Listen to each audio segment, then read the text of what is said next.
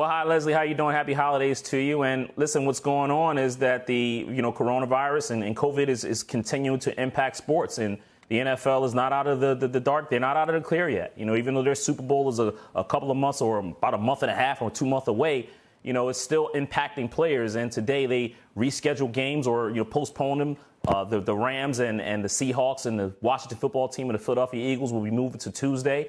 And on Monday, you have a doubleheader. ESPN will have their Monday night football game, and then the Cleveland Browns and the Las Vegas Raiders now will be playing. And that's all because of the outbreaks that happened throughout sports this entire week. The NFL alone had about over 100 positive cases amongst their staff, and not even to go into the NBA and the NHL, who's having their own problems. And the NFL, they looked at this and they said, this is just not worth it. And remember something, the teams that they postponed today are still kind of in the playoff hunt. So you don't want those teams to be impacted, because they don't have enough players to practice. They don't have enough players to compete. They had to do this for the essence of their product. And I feel like, listen, there's going to be a little bit backlash because players are going to complain because they got to be pushed back. And also fans, they're accustomed to going to watch football games on Sunday and Monday. Now they got to go on Tuesday. But at the same time, again, it had to be done because of the outbreaks this week.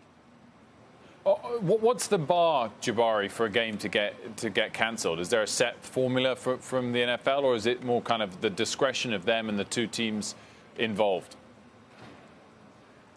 Well, if I think it's just, listen, you look around the NFL again, and they just were approaching the Cleveland Browns and the Las Vegas Raiders. They were scheduled to play tomorrow. And so by giving them those extra few days, you allow players to have an opportunity to come back and play.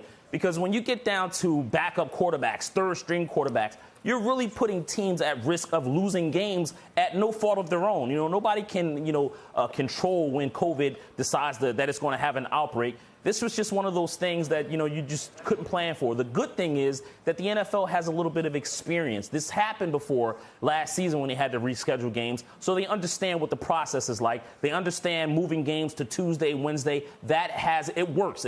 You're not going to get the same TV impressions as you would on a Sunday, but you at least get the game in. And when you start getting down to third-string quarterbacks and guys just not being able to compete, they had to make this move, not only for the safety of their players and for the fans and for the personnel staff, but for the essence of their product. They had to do this.